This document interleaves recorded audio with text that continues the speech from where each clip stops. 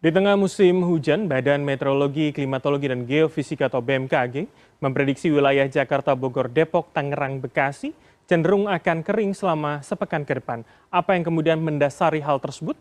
Adakah keterkaitan efek dari fenomena El Nino sebelumnya?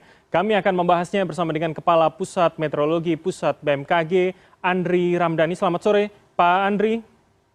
Selamat sore, Mas Bram. Baik, Pak Andri, jadi apa kemudian penyebab? Benarkah ini ada keterkaitan dengan El Nino begitu, suasana gerah beberapa hari terakhir di Jabodetabek, Pak Andri? Baik, ya ada dua faktor. Pertama betul, El Nino masih aktif ya. Saat ini bahkan kategorinya tinggi ya, dan diprediksikan El Nino ini sampai awal tahun depan, Januari dan Februari juga masih aktif dengan kategori moderate. Nah, kemudian yang faktor kedua walaupun sebenarnya El Nino itu masih aktif, pun karena di Indonesia di wilayah kita itu Desember, Januari, Februari itu sudah mulai masuk musim hujan, jadi pengaruhnya agak tereduksi. Nah, kemudian kenapa kok ini panas gitu ya? Beberapa hari terakhir, utamanya adalah di wilayah-wilayah selatan ekuator Indonesia, seperti contoh di Jabodetabek, dominan misalkan wilayah Pulau Jawa dan hingga Nusa Tenggara. Nah, ada dinamika atmosfer saat ini sedang aktif ataupun sedang terdeteksi ada pola tekanan rendah di utara. Itu terjadi ada di bagian barat perairan Aceh, lalu yang kuat di Laut Cina Selatan. Nah,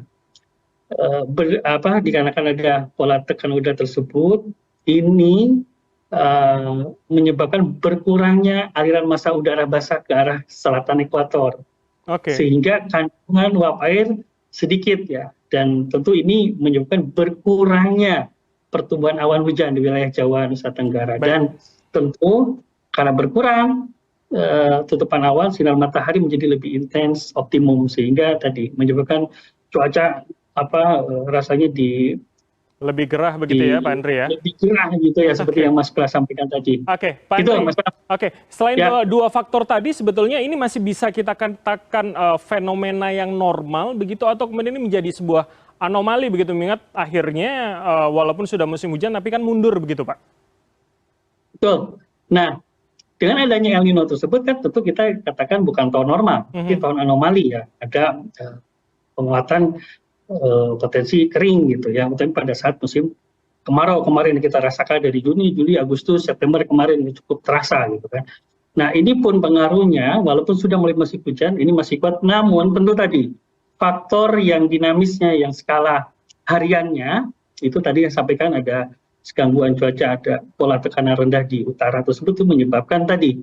Nah, ini diprediksikan 3 atau 4 hari atau 5 hari ke depan mulai berkurang tuh yang pola tekanan udara rendah di Laut Cina Selatan itu pengaruhnya, sehingga kami prediksikan di mulai tanggal 24, 25 Desember sampai hingga akhir tahun kembali di wilayah selatan, ekuator, Jawa, dan Jabodetabek ini akan ada potensi hujan mulai dari ringan hingga sedang dan lebat. Demikian Mas Bram. Baik, berarti artinya mungkin di sekitar Natal di minggu depan begitu ya akan mulai kembali normal dengan hujan. Nah, pertanyaannya adalah ketika memang berkurang karena tekanan angin dari Laut Cina Selatan yang Anda sebutkan dan Anda jelaskan tadi, apakah kemudian ini akan juga berpotensi menambah durasi ataupun kemudian intensitas hujan pada saat nanti turun begitu, Pak Andri?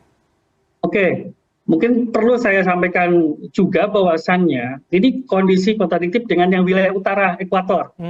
Tadi kan ada di berita di Sumatera, beberapa ada hujan lebat, kemudian juga wilayah lainnya. Nah, ini saya sampaikan di bagian utara ekuator, di wilayah Sumatera, tadi utara, Aceh, kemudian Kalimantan Barat, dan juga Sulawesi Utara hingga ke Papua, yang bagian-bagian utara itu justru dengan adanya tadi pola tekanan justru meningkatkan intensitas hujannya, Mas Bram. Jadi kontradiktif nih, utara sedang hujan, di selatan kering yang sekarang ini ya. Tapi ini kan nanti saya sampaikan mungkin ya minggu depan 24, 25 pada April ini sudah pengaruh dari pola tekanan udara tersebut akan tadi berkurang, lalu potensi potensi turunnya hujan kembali kita rasakan yang ada di Jawa dan Nusa Tenggara. Nah, tadi pertanyaannya apakah meningkat atau tidak? Tentu kami pantau terus dinamikanya dan tentu jika ada potensi cuaca ekstrim akan diinfokan secara real time ke masyarakat. Oke, ya, Pak Andri tadi maksud saya adalah apakah kemudian paling tidak kita di wilayah Jabodetabek yang Anda katakan selatan ekuator tadi akan kemudian terdampak lebih besar ketika ini mundur walaupun hanya seminggu begitu Pak Andri? Nah, puncak musim hujan sebenarnya adalah diprediksikan di Januari Februari 2024. Namun secara intensitas ini tidak se-ekstrim tahun lalu ya. Karena tahun lalu kan puncak musim hujan ditambah La Nina. Tahun ini kan ada El Nino. Jadi secara umum ya tidak se-ekstrim tahun lalu. Pun demikian kita tetap harus waspada. Ada potensi cuaca ekstrim yang sesaat. Nah, ini yang perlu kita waspadai ya. Tentu masyarakat juga harus aware, alert ya di sekelilingnya jikalau ada potensi misalkan yang menyertainya, men-trigger cuaca kan men-trigger ya, misalkan angin kencang, pohon tumbang, kemudian hujan deras, ada longsor, banjir bandang dan sebagainya dan stakeholder terkait juga mungkin harus memitigasinya. Demikian. Oke, itu tentu pasti kami akan menunggu informasi dari BMKG. Tapi terakhir, Pak Andri, artinya cuaca panas terik yang terjadi paling tidak, ya mungkin sampai tanggal 24-25 yang terjadi semingguan ini, akan mungkinkah terjadi titik-titik puncak atau perubahan yang ekstrim begitu meski dengan durasi yang singkat, Pak Andri?